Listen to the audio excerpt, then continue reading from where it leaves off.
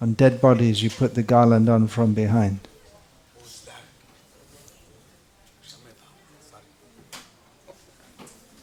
I have to write my book on Vaishnava etiquette. But first I have to finish the Mood and Mission book. Om Namo Bhagavate Vasudevaya.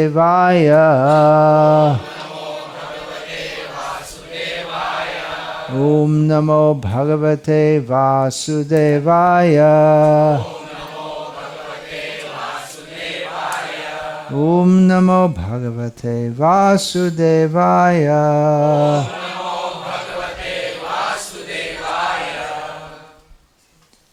Om Ajnana Timirandhasya Jnananjana Shalakaya Chakshurun Militam Yena Tasmai Shri Gurave Namaha. Nama Shreshtham Manamapi Shachiputramatra Swarupam Rupam Tasyagrajamurupuring Maturim Goshtavatim Radha Kundam Girivaramaho Radhika Madhavasham Prapto Yasya Pratita Kripaya Shri Gurum Tam Natosmi Vandeham Shri Guru Shri Ataf Padakamalam Shri Gurun Vaishnavangscha Shri Rupam Sagrajatam Sahagana Raghunatan Vitam Tam Sajivam Sadvaitam Savadhutam Parajana Sahitam Krishna Chaitanya Devam Shri Radha Krishna Padan Sahagana Lalita Shri Vishakhan Vitamscha Hare Krishna, Krishna Krishna, Hare Hare, Hare Rama, Rama Rama, Hare Hare. You're expecting more people to come, is it? Most likely. So, Jaise apne kaha, to jitne bhi samne aa sakte to aa jaye. Otherwise we have to do so in the middle of the class and disturb it. Nanda Kumar Prabhu had asked me to speak on two subjects, which, although both related to devotional service, they are in different categories, so they're not directly related except under the umbrella of devotional service. The first thing regards health, and particularly you said that seeing as several of the devotees' bodies are becoming old, which happens to all bodies except those that die early.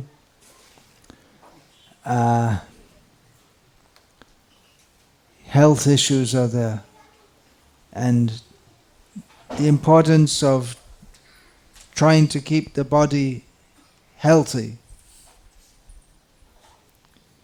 In this regard, we can cite one verse from Srimad Bhagavatam. There's the culture here of learning shlokas is quite strong, huh?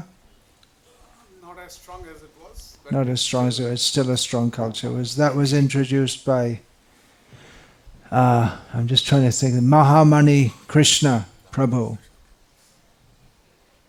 who was your guru, father. And did what a father is supposed to do, which is feed, clothe, and in all respects look after the children and give them Krishna consciousness. So in this regard, there's a verse from the second chapter of the first canto of Srimad Bhagavatam, which is fairly well known. Kamasya Nendriya Pritir Labho Jiveta Yavata Jivasya Tattva Jignaso Narto Yascheha Karma Bihi. Like, it's easier to remember the Sanskrit than the English. So, the translation, specific, well, Srila Prabhupada in the purport, although it's not directly in the Sanskrit, mentions, I'll come to this, life's desires should never be directed towards sense gratification. One should desire only a healthy life, that's the point, a healthy life, or self-preservation, since a human being is meant for inquiry about the absolute truth. Nothing else should be the goal of one's works. Now, in Krishna consciousness, especially as taught to us by Srila Prabhupada, following the example of Krishna, the Supreme Personality of Godhead, in the Bhagavad Gita, the first thing that Krishna teaches is, as Srila Prabhupada put it, we are not the body. We actually have nothing to do with this body. I am not this body. This body is chemicals. I am not chemicals. I actually find that's a very good way to present it to people. If you tell them you're a soul, you're not the body, they often can't relate to that due to bad training. But if you tell them, I am not chemicals, you are not chemicals, this body is chemicals, you are more than chemicals, then that's one way they can relate to that. So life's desires should never be directed towards sense gratification. Now people, they want to keep the body fit and healthy for sense gratification, generally. There's the gym in the Align building. People go to the gym and they want to get fit if your body's fit and healthy, then you can enjoy life. As the saying goes, you can have millions of dollars, but if you're sick, then you can't enjoy life. So generally it's considered that the endeavor to keep the body healthy is for sense gratification, but Srila Prabhupada continues with his rendition of the translation of this verse. One should desire only a healthy life or self-preservation, since a human being is meant for inquiry about the absolute truth. Nothing else should be the goal of one's works. So if the only goal of one's activities is inquiring about the absolute truth, and not just inquiring, tattva jignasa in this verse, but finding out also. And then how to find out, that's stated just after a few verses. Shrinvatang swakata krishna punya shravana kirtana hridyantista. Oh, actually before it becomes nityang bhagavata seva. One should engage always in hearing the Bhagavatam. So then why bother with if we know we're not the body, then why should we bother looking after the body? And the answer is given there, because or it's hinted at, one should desire a healthy life for the sake of inquiring into the absolute truth. In this regard, there's some important verses. Let me see who knows this one. Labdva sudur labam idang bahu sambhavante manusham artadam anitya. See, the word arta again comes. Nartasya again and again.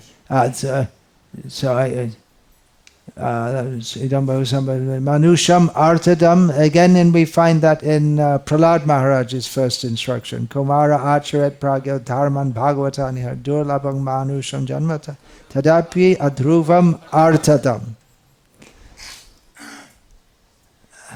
Manusham artadam anityam api hadhira turnam yateta napateta numritya yavan nishrayasaya vishaya kalu sarvatasyat. Most important instruction. Bhaktisiddhanta Saraswati Thakur said, I will go on speaking on this as long as I live. You like to sit down? Do you need a chair?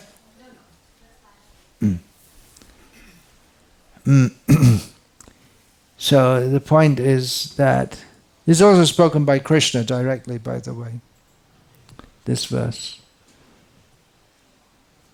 Having attained a human birth, which is attained after many, many births. Labdva sudurlabham, very rarely attained. After many births. Manush, the human form of life, which is artadam. It can give value. There's no value in material existence, but in human life we can get actual value. A person who is dhira, sober, can understand that it's not going to last very long.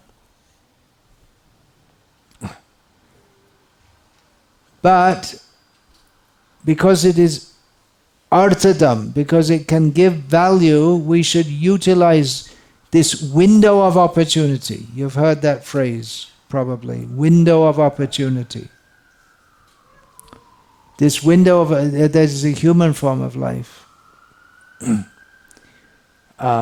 Turnam, don't delay. Do it quickly, because not much time. Before the body dies, which it surely will do, one should do whatever is required so that one is not born again.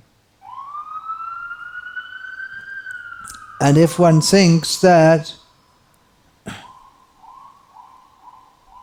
let me enjoy the senses, then one should consider being sober, dhira, that I've enjoyed the senses in so many lives, and I can go on doing so, but there's no enjoyment there.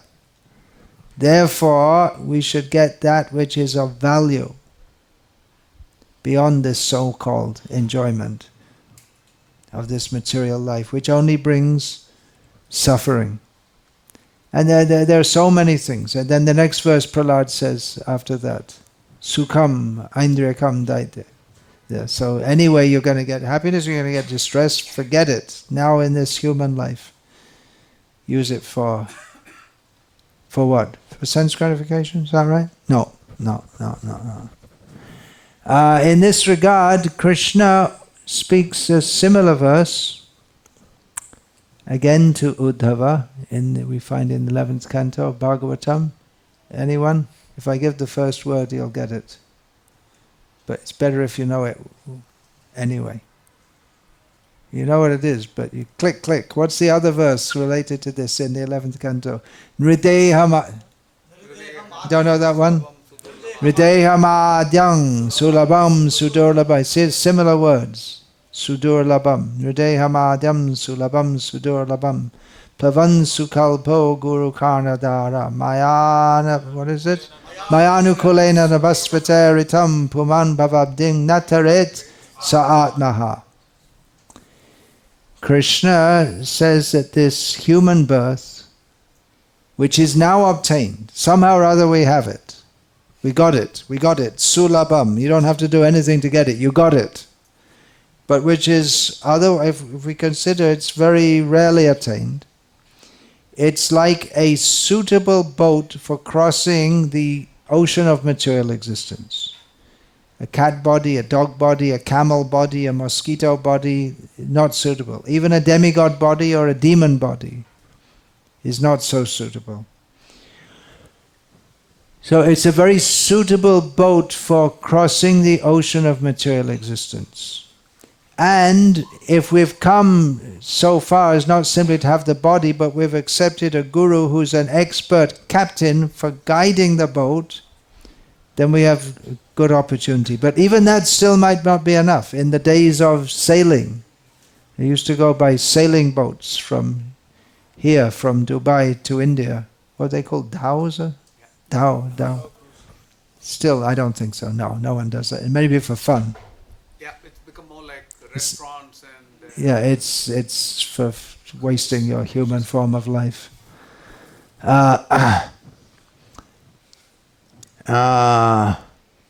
So you also need a favorable wind.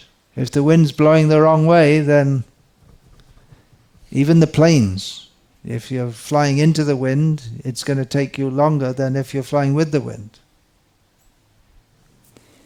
So the favor Krishna says, if you have the human form of life, you have a guru who's competent to guide, like a captain to guide the boat. And you have Krishna's instructions in Shastra, which are like the favorable wind, but one fails still to cross the ocean of birth and death, then one is Atmaha, killing the self, suiciding. Now what's all this got to do with health? The body, human form of life, is suitable for God realization. A fully self-realized person is beyond the conditions of the body. I've been listening to Srila Prabhupada, the conversations with Srila Prabhupada throughout 1977. Srila Prabhupada was enacting the pastimes of sickness. But then the doctor was astonished that he had such a bad cough, Srila Prabhupada, and then he stopped. He said it's not possible by medicine or anything. It's only if he wants Prabhupada, then the Kaviraj, the doctor said that Prabhupada's called me here to give medicine, but actually it's all his leela, because if he wants, he can be sick, and if he wants, he can be healthy, whatever he likes. Prabhupada hadn't eaten for weeks, and then his sister came, and Prabhupada said, let her cook for me. She cooked a whole meal with mustard oil, heavy food, and the devotees were pleading with Prabhupada, Prabhupada, you haven't eaten anything for weeks, this will kill you literally. Prabhupada said, get out of the room. He ate it all, digested it, and then again he went on eating nothing. So a pure devotee is beyond the modes of material nature, and he can do whatever he likes. But for us who are trying to be pure devotees, we know we're not the body, but we have to utilize the body for practicing Krishna consciousness. Shariram adyam kalu dharma sadhanam. You know that famous line from Kalidas, I believe it is. Which the body is needed for practicing sadhana and all these things. It's not fully aside, but for we feel the difference, don't we? If we're sick, it's very difficult to chant. I think it was just after Janmashtami last year, or this year, if we're going to say by the devotional calendar. Then I got very sick. I didn't chant for days. Practically all I could do was I'd make a note in my diary.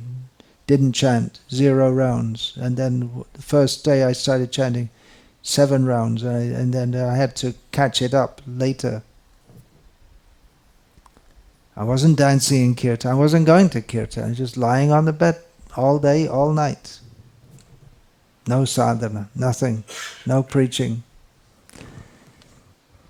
And even if we don't get something that completely flattens us like that, if we're feeling sluggish, or we have a headache, or any kind of ache. How many kinds of aches are there? How many parts of the body? Earache. Now I got an earache.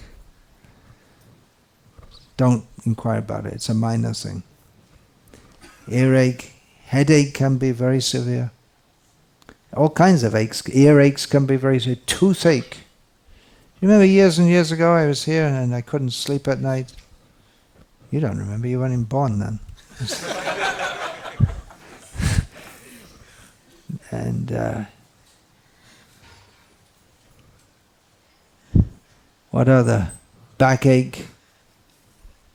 Pain in the backside. That's what you call someone if you don't like them, right? That's another kind of ache. That's is adhyatmic, adhibhotic. So that's another kind of ache. But that's not what we're talking. That's the next thing we're going to talk about. Right? How to get on with people. Earache, arm ache, leg ache, pain in the leg, knee pain. Who said that? All the ladies who have marble floors, especially. In Delhi, you see all the middle class women, they're all limping. isn't it? Have you seen anyone from Delhi here? They're all limping from the cold floor and cold climate. Knee ache. Anyway, there's so many kinds. How many kinds of diseases are there? However many there are, they're always discovering new ones, right? And it does affect their health. So it's important to keep the body healthy. In youth, no one properly appreciates this, because there's, by the power of Maya, in youth, when we feel healthy and strong, we think it will continue forever. Even though we know, we can see everyone gets old and sick. But there's a feeling by the power of Maya that I can do anything. I can go without sleep for 3 days, and in the non-culture or anti-culture that I came from, you can take all kinds of intoxication and do all kinds, and then okay, you feel terrible afterwards. You drink some booze and you feel terrible the day after, but you get over it and then you go on. So you feel like, yeah, I'm strong, I'm healthy. Actually, for a devotee, sickness, we continue. It's the perfect antidote to the Ishvaroham aham bhogi siddhoham balavan sukhi syndrome, which we're all possessed of. But if we're sick and if we study Bhagavad Gita, we can understand Ishvara naham. I'm not in control. The sickness is controlling me. I'm not. There's nothing I can't enjoy. I'm not siddha. Siddha means, yeah, I can do it. I can do everything by myself. I don't need anyone to help me. Siddha. Balavan, definitely not. And sukhi, I got a thermometer in my mouth and a drip in my arm, and not sukhi. So sickness is good if we're philosophically inclined. For counteracting the maya of thinking, Ishvaroham aham bhogi, siddhoham balavan sukhi. But in youth, that tendency is there to think, I don't have to bother. But believe it or not, folks, whether you believe it or not, everyone gets old. And it's a shock. It comes as a shock to everyone.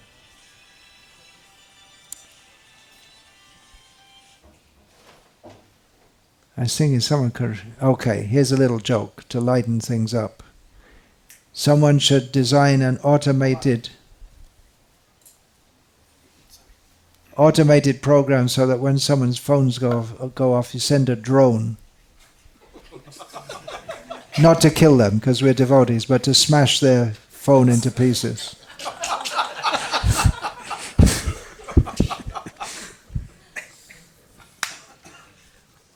Is that his phone? Is it your phone? No.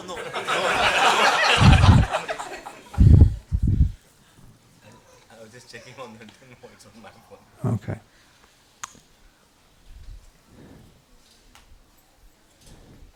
The best thing is to be trained from childhood to understand these things. In Madhva Sampradaya, they're very strong in this, because Madhva is Vayu, who's most powerful. Vayu sarvatra go mahan. Vayu is blowing everywhere, the wind. And it's so difficult that the example is given by Arjuna. Chanchalang hi manah Krishna pramati balavadritam tasyaham nigrahang manye vayoriva sudushkara. So it's stronger than the mind. Whoa, that's really powerful, isn't it? So Madhva is Vayu, he's Hanuman, he's Bhima, he's strong.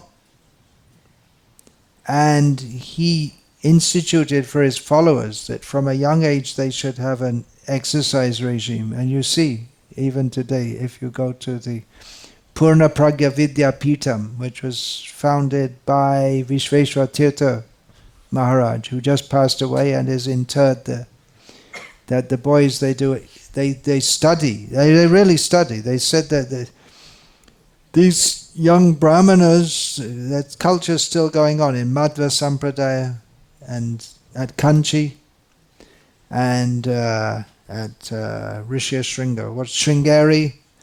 They sit the boys down and they just study literally for 10 hours a day. It's a heavy study.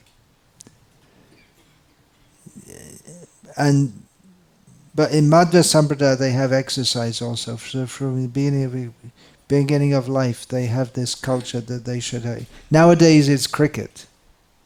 Maybe they do something else also, but at least when I saw they do cricket, which is not very good exercise actually. It's actually a very bad exercise. Most of these sports are bad exercise.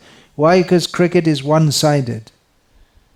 If you're left-handed or right-handed batsman or bowler, then it's one-sided. And it's not good actually. In many ways it's very bad. And contact sports like soccer are also injuries, and heading the ball is not good at all for health. But some exercise should be there. I'm not much of a fan of yoga for preaching. We'll have to see. Phalena parichete, just like we're discussing. It's easy to get people for the exercises, less easy to get them for the kirtan, and difficult to get them for the philosophy. But for health-wise, that can be good. But like all exercises, including picking petals to pieces, well, I guess for that you don't need, but it should be done under some guidance preferably, because it's quite possible to injure oneself.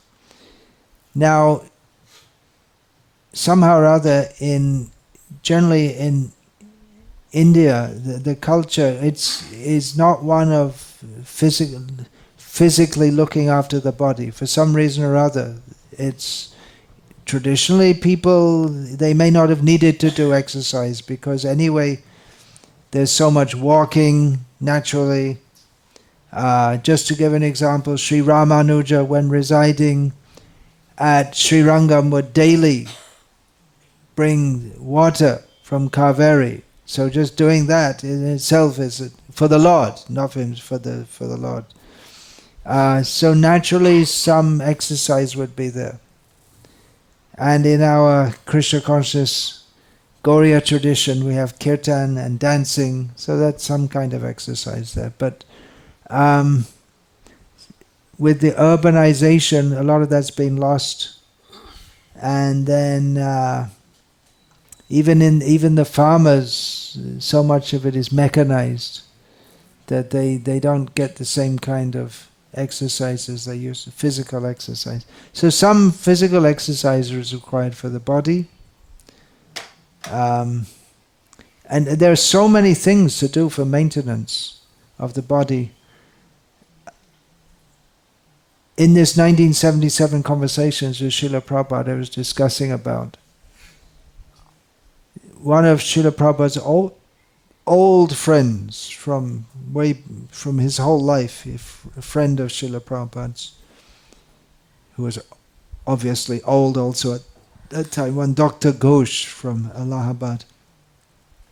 So he wanted he wanted to interact with the Gurukul in Vrindavan for teaching the boys in detail about health and diet and all this, and Prabhupada wasn't interested.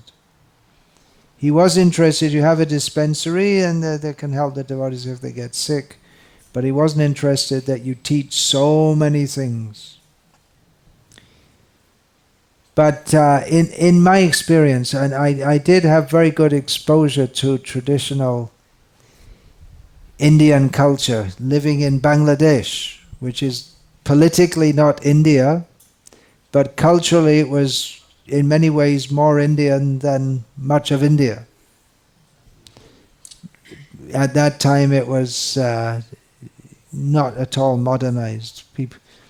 There were no roads, no cars, no motorbikes, no bicycles,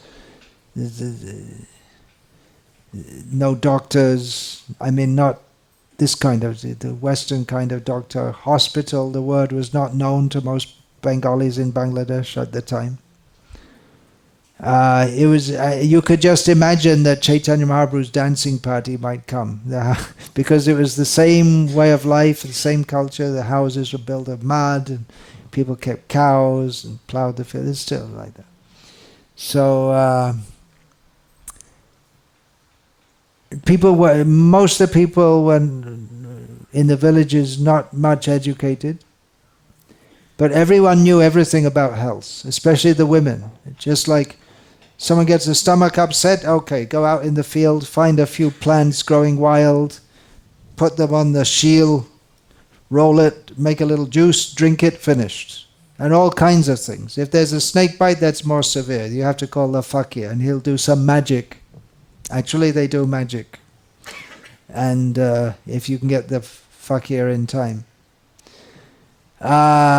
Snake bite was quite common. Death by snake bite. Still is.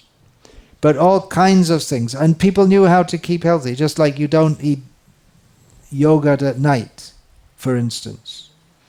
During the winter you don't eat yogurt. You may take it midday. And in the rainy season, all kinds of things. This coconut water, you don't drink after sundown. Because everyone knows this food is heating, this food is cooling. When you have a cold, you eat such and such a food. In the hot season, you eat this food. And in Ayurveda, there are terms for this. This is what is that called? Rityacharya. That according to season, how we live, how we behave. Sleeping in the day is acceptable in the hot season, but not in the cold season. And so many things, because it disturbs the vat. And although there was no need of education, because just everyone knew it. When the season changes, then a certain thing. This khajur gur, this for the winter. That's the date. Sugar candy or whatever, I don't know what it's called in English. I don't think there's any word for it in English. Then I believe when the Chaitra Shurute Sheta Bandha Kara Hoy Naki. When Chaitra Mash begins, then you stop eating it. And actually the seasons change just overnight, practically. So people knew all these things, which helped to keep them healthy. They're just things that everyone knew. But in the modern age, what do you know? No one learns all these. Bangladesh, aigon log to shakal to janen agar mato. They don't know. I'm surprised when I go to Bangladesh now. I see all the things I learned. Now they don't. The cultures change. They became more. Everyone has a phone. More than India. Everyone. And many Western ideas have come in, even to the village people. Isn't it? So, actually that should be taught along with from the beginning of life. But then you're living such an artificial life here. Just I gave a talk recently about about artificial life in the cities, and he compared it to Vrindavan life. And Prabhupada said, because the women in the modern age, they don't do physical work, therefore they don't have full breasts. Do you remember reading that? It's in the 10th canto, 3rd chapter, I believe, Prabhupada said. Talking about artificial life. So he's saying the women, they become very beautiful by doing all their work and this and that, not by going to the beauty parlor. Well, Prabhupada didn't say that.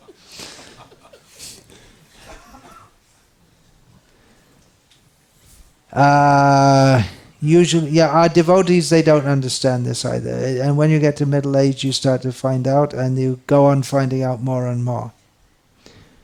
Personally, I'm at a situation in my life where I really have to invest quite a lot of time every day. I'd like to sit in front of a computer and work on my books all day, but mentally difficult to do so, and physically getting increasingly difficult to do so. So I'm doing something, I lead a privileged life, which you can't all do this, but I do. And something I've been resisting for years because I think it's just a waste of time, but I'm having a massage every day, which I haven't had for about 2 weeks now because of busyness and this and that. But otherwise very difficult because of bodily pain. I try to do a little yoga every day and regulation, taking meals at the same time.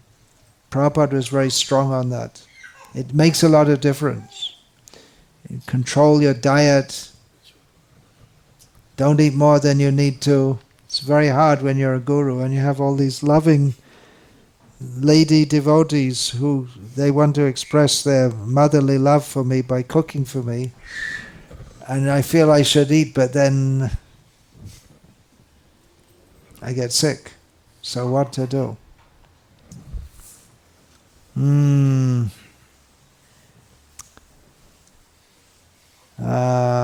So try to keep a simple diet and know what's good for you and eat that. Controlling the diet is very helpful. Another thing is mostly the food that people eat today is poisonous, actually, as you know. Organic food costs more, but it could be a good investment because apart from the health effects, which are immediate in lower energy level, lower mental energy level, and then apart from that, then they're more likely to get serious diseases, and doctors are very expensive, right? How many mothers want to feed poison to their children? It's a silly question, isn't it? It's a silly question, but most of them in the world today are doing it. That's called progress of civilization. But it's worth making the effort to get food which will not poison. The air is poisoning you anyway. Difficult in this part of the world to get water which is not poisonous. Even if you get that bottle, what's it from that spring in the desert? Masafi water. But it comes in plastic bottles. And Yashodanandan told me it's not completely, it's mixed. So anyway, do the best you can. You could also join our farm community. All the air in India is polluted, even if you go to the farms. Not only in India, if you go to the Maldives, that's also polluted with air coming from India. Can you believe it? There's no industry, nothing, but it's polluted with air coming from India. So definitely, even up at Karamandarai, but it's a lot cleaner than Bangalore and Chennai and very polluted. So at least the air is cleaner, you can get, and fresh food, the water. In many places the water from underground is polluted also. But then if you go in the village side, a lot of it's good also. So that's a good solution. And it's also a lot of pollution that affects physical health is mental pollution. Kam, Krodh, Lobh, Moha, Mada, Matsarya. Especially Matsarya. Envy that makes it's almost literally a poison. And probably the modern day doctors have studied that it produces poison in the body. What's the cure for that? Cheto Darpana Marjanam. Cleaning the mirror of the heart by chanting the holy names. So anyway, there's some idea. It's just a matter of being sensible. Not that we're attached to the body. Not that we want the body for sense gratification. But for serving Krishna, we should try to look after the body. And there are certain things you can do to do that. We don't want to get overly attached to or absorbed in the body. And at the same time we know ultimately health There's Krishna's hand. You can do your best to try to be healthy, but sickness may come also. But it's our duty to try to use this body for Krishna's service. One thing I find personally and very helpful, or let's put it around the other way, very bad for health, which most of you won't have, which is a lot of traveling. It really drains, and that's obvious, and it's in Shastra, Chanakya.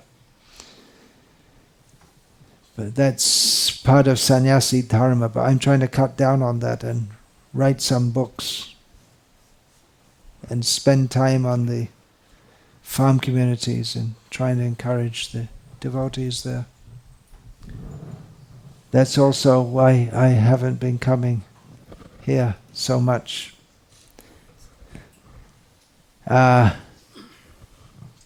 thanks to modern technology, I can at least be projected.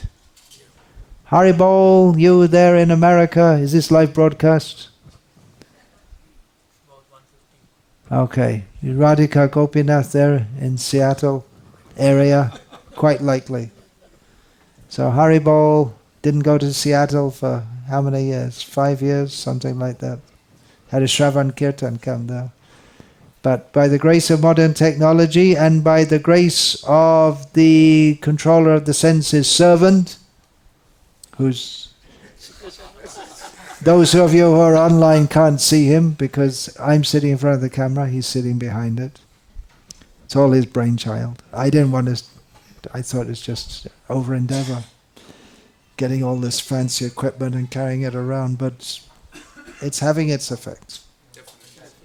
So, thanks to him. My kind mothers who want to feed me all kinds of food, tomorrow you can cook up a huge feast. But I won't take it because I'm too old. You can feed him. He's a young man, he can take it.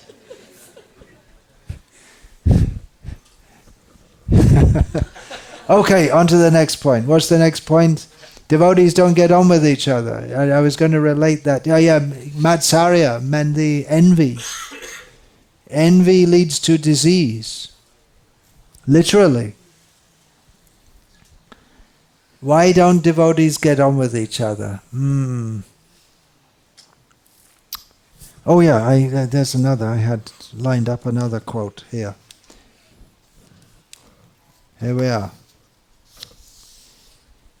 This is from the Srila Prabhupada's purport to the well-known verse, which I hope you all know. If you don't know, it's a very nice prayer. Tvai me nanya vishaya madhupati. You know this verse. You must have. Tvai me nanya vishaya matir madhupate sakrit ratim udvahatad adha gange vauga mudanvati. O Lord of Madhu, Kunti Devi prays. As the Ganges forever flows to the sea without hindrance, let my attraction be constantly drawn unto you without being diverted to anyone else. Now that doesn't mean that we should fight with everyone else. Our attraction toward Krishna not being diverted to anyone else doesn't mean that we fight with everyone else. And it also means that we should see Krishna and his devotees. Because Acharyam eva haraye, anyone? Pujang yah shradhaye hate natad bhakteshu chanyeshu sabhakta prakrita smitaha. Symptom of a neophyte devotee thinks, I'm worshipping Krishna.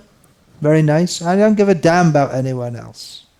To put it in colloquial language. Doesn't care about other devotees or anyone else. So that's a materialistic devotee. One should honor the devotees. Now in the purport, Srila Prabhupada writes here, in this Tvai me nanya vishaya. Now what we're talking about, good relationships, means spiritual relationships between devotees, right? So Srila Prabhupada writes here, the relation of the soul to the soul. We're supposed to relate to each other Not that here's Nandakumar, he's a Brahmin from Tamil Nadu, Smarta Brahmin to be exact, and who else? What's the opposite? No, here's Rishikesh from Delhi. I don't know what caste he is. Maybe he doesn't know what caste he is because half the people in Delhi don't know anyway. Because it doesn't matter in Delhi, not because they transcended it, but because they lost their culture altogether. So the relation of the soul to the soul. So we're supposed to be beyond all that, right? And really, among devotees, I really hope it doesn't matter. And I know with Nanda Kumar, it doesn't matter. And that's really very good among Indian devotees, if we can get them to come together without consideration of caste, because it's really a big thing in India, but it's nonsense, actually. Well, it has its usage, but in the spiritual consideration, to think I'm better because I'm from a higher caste, I don't want to speak with them, it's all nonsense. Although sometimes in marriage it may be a consideration because of the relatives and this and that, and customs and this and that. But anyway, we're supposed to be relating with each other as devotees. So the relation of the soul to the soul can be established by the via medium of the relation with the super soul. In other words, we should always remember that the basis of our relationships is Krishna. We're all here to serve Krishna. And we see where there are communities of devotees where there's a very strong sense that we're all here to serve Krishna. Then cooperation comes. Joint goal. Machiavellian politics. It wasn't invented by Machiavelli, whose name you may or may not have heard. It certainly wasn't invented him, but he became one of the things he became famous for writing about. He wrote a book called, I believe he wrote in Italian, maybe it was Latin, The Prince. So it's a guide for rulers. No, definitely wasn't the first, because the Shanda Amarka Gurukul also taught that. But how to keep the people that you're ruling over, how to keep them from ganging up on you, the ruler, and overthrowing the ruler, then you have to have an external enemy, real or imagined. And then all the people, they unite. They come together to combat the enemy. So that's a materialistic consideration. But the point is, because people have a common goal, then their tendency to want to fight others is directed outwards. Otherwise, people fight among themselves. The fighting spirit is very strong, especially in Kali Yuga. It means Kali, means Kalaha, the age of quarrel. And we see that. From my Mleccha background, we see that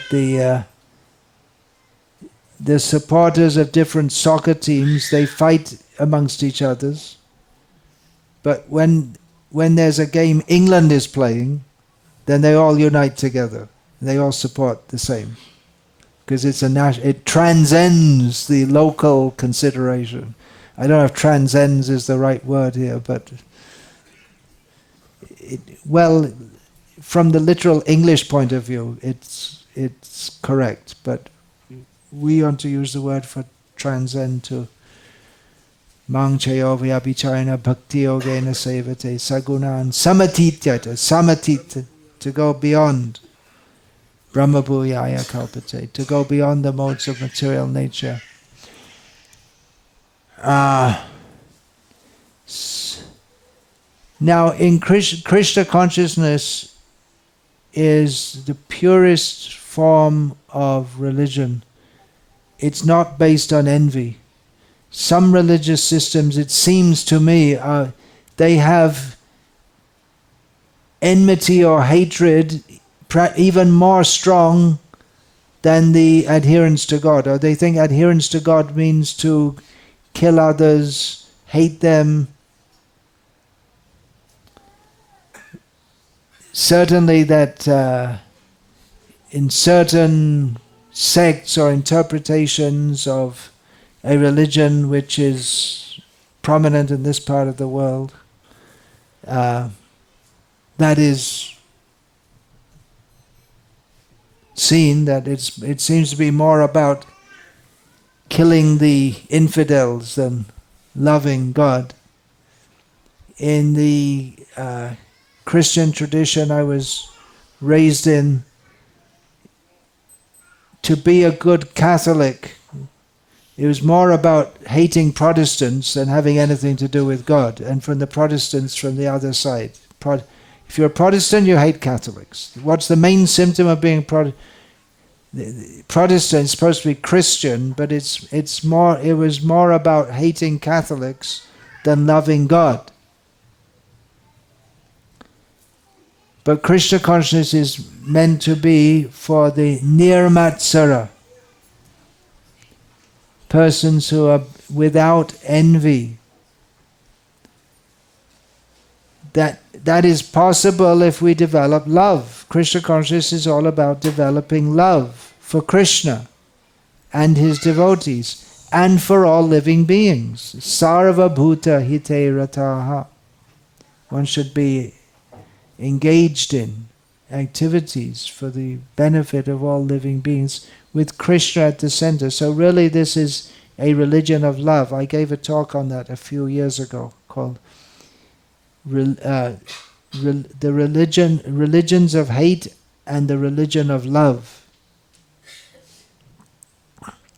But it may not be so easy because we tend to be neophyte devotees. But really, there can be good relations among devotees if we're actually on the platform of anyabhilashita shunyam. Now, to become completely free of material desires, as we experience if we're honest and serious about Krishna consciousness, is not easy. But the spirit of wanting to, seriously endeavoring to become free from material desires, if that is there, then we can cooperate nicely. Because if we're all on the platform of the common goal of wanting to serve Krishna, and then on that platform also, if someone doesn't like me or says something bad, we won't become so affected. We don't take it so personally. Recently, I was just 2 or 3 days ago, I was reading transcripts of a conversation between Srila Prabhupada and one of his first disciples, Hayagriva Das. And Hayagriva was reading some of the teachings of different philosophers, Western philosophers to Prabhupada. One of them was Blaise Pascal, who was a French scientist and philosopher, but he didn't talk about the science. Hayagriva spoke about the philosophy. And he was a Christian.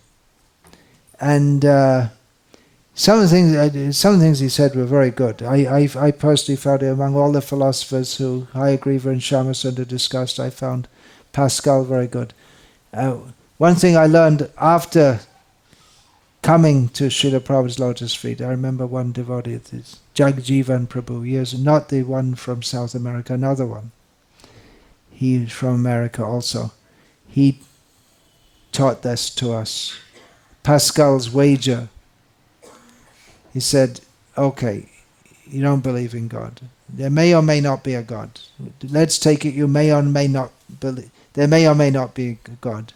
But let's take it as a gamble. Maybe there is, maybe there isn't. Okay. if there is no God and you don't believe in God, you didn't gain anything because life is meaningless anyway. It's short and meaningless.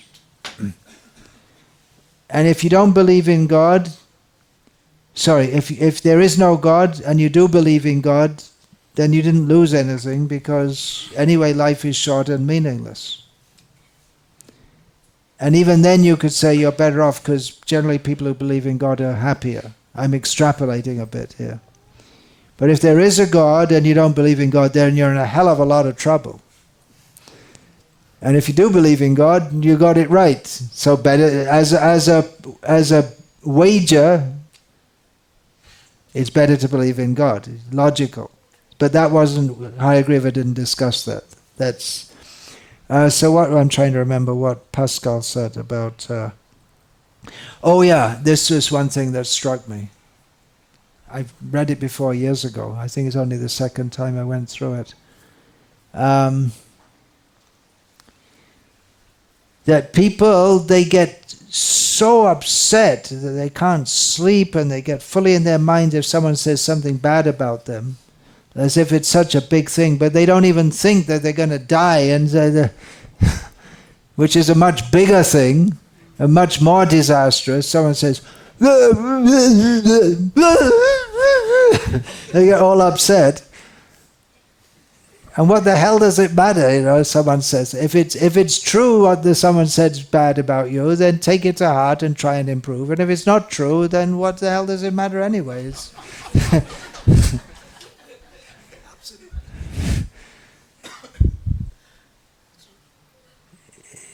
So that was a very good observation he made, which we can learn from that. By studying the Srila Prabhupada's life, how we can see how he's so expert in dealing with different people. It wasn't easy for Srila Prabhupada. In fact, it was just amazing how someone could come from such a high-class spiritual culture and come to the absolute madhouse of the hippie land of the Western world. Just come.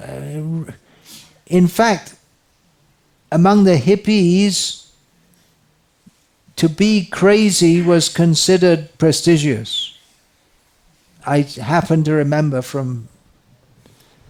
I'm just citing, I just came into my mind, I didn't think of the fellow for years, but there was a hippie in the town I lived in, he was called Mad John, and that was a compliment.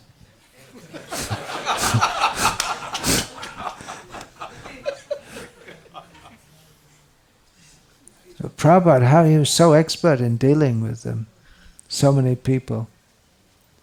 Not that he was manipulative, but he he wasn't thinking how to promote myself or my own interest, but he only interacted with others in such a way as to benefit them in Krishna consciousness. That takes a very high level of realization, but that's what we should work at. At the same time, we should be realistic and think that however much we may hope that all devotees get on well together, we shouldn't be utopian. That was the word that Srila Prabhupada used in reply to a letter where a devotee had written to Srila Prabhupada and said that, you see, devotees, they're not getting on with each other. And Srila Prabhupada said, don't be utopian. Oh, the devotee had written and said, isn't that impersonal? Because the devotees, they don't get on with each other. Prabhupada said, no, it's a sign that they're personal. Because if they weren't persons, then they wouldn't be arguing with each other. But Prabhupada said, don't expect a utopian situation. It's a material world. And then Prabhupada gave the example that even in the spiritual world, there are different groups of gopis. And they don't get on with each other. But their central aim is to please Krishna.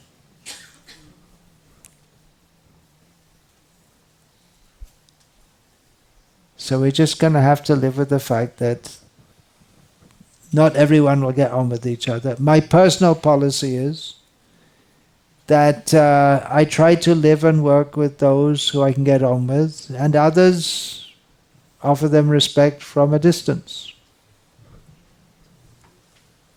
There's no need, as far as possible, there's no need to make enmity.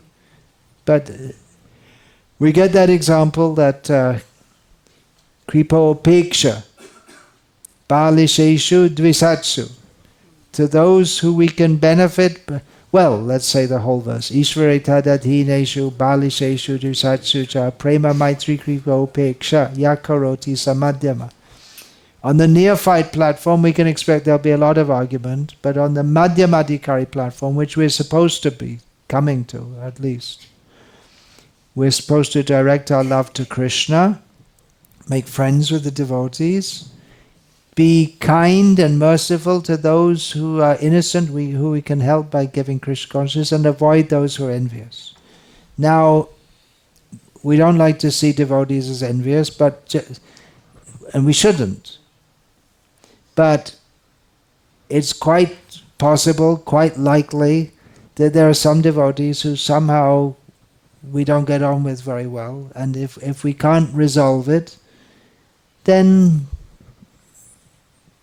we don't have to associate with them very closely. Offer them respect from a distance, and work instead of, if you're not able to make a harmonious solution, if somehow you find you're not able to do that, maybe there's a lacking in me, maybe there's a lacking, then just keep your distance, that's all. And no need to be disrespectful. That's what I try to do. It's not always easy.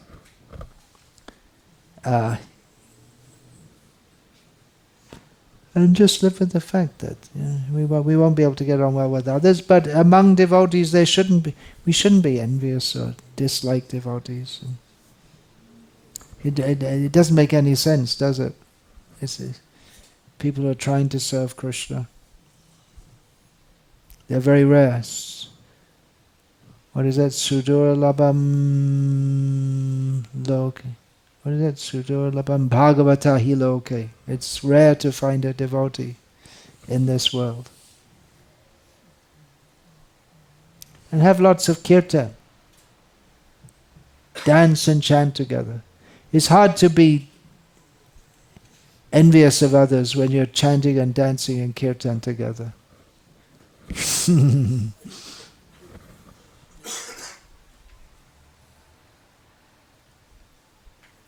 Just some thoughts. Do you want to add to that anything? Any thoughts from your side? If we can't make a harmonious relationship with devotees, then our preaching is not really going to happen at all, is it? Because people, they don't just listen to, hardly they listen to nice philosophy, they want to see. If there's a happy atmosphere, naturally people will be attracted. That happy atmosphere, if you try to make it artificially, it won't work. But real happy atmosphere comes by surrender to Krishna, everyone trying to work nicely for Krishna. Naturally people will be attracted to that. But if they find there's backbiting, infighting, groupism, then people, that happens actually. I've heard that said, that people said that, well, in my office and at work, there's so much politics and infighting. Then I come and I see the devotees and they talk such high things, and I see among them and they just go away. Why should I? They don't see that it's any better. That's a shame, isn't it?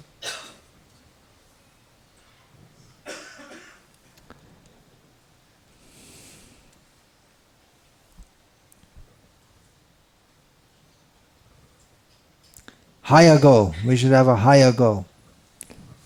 Fighting for the country is the higher goal rather than fighting among your neighbors. That's on the material platform. So we have an important work to do as Srila Prabhupada. Actually, quite a few of Prabhupada's letters are directed to the problem of devotees fighting among each other. He said we have such important work to do, we can't let it be spoiled by petty disagreements. Having a community with a selfless, clear-thinking leader that can help to forge and bring people, to bring devotees together. I can think I was just spent how long was I in Salem? 2 months, something like that. Gokul Chandra is such a figure that... But then he also there, it's not that everyone's perfectly relating with each other.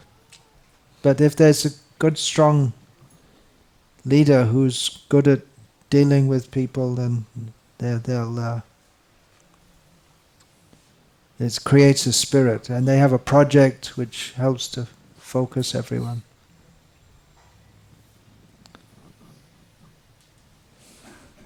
And he won't push himself forward.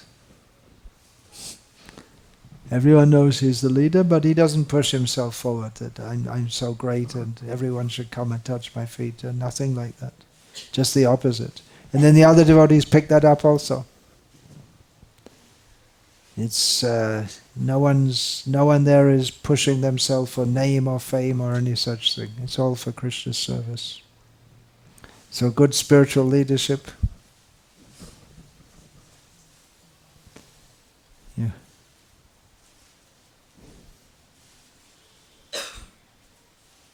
We'll try our best, and then there may be some people who come who are just very troublesome also. That may happen. They may require some firm dealing with. Remember years ago there was someone who came in trying to make a revolution or something.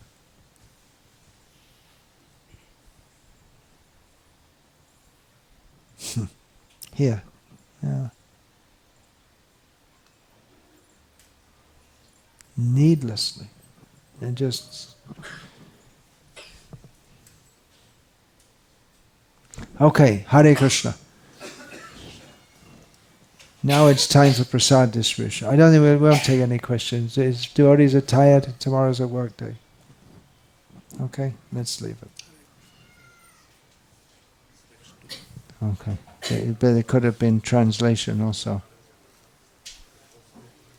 Nityanand Prabhu was translating to a couple of devotees here, but I could have organized it. Sorry, we didn't. Yeah. There are quite a few devotees who are not so strong. Okay, look, get on his case. What should we do? Throw him out? He's a rascal. We should just throw him out of here. Oh, wait a minute. We're supposed to have good relationships, right? This is the kind of thing, right? There's always an excuse. You don't have to tell me what it is.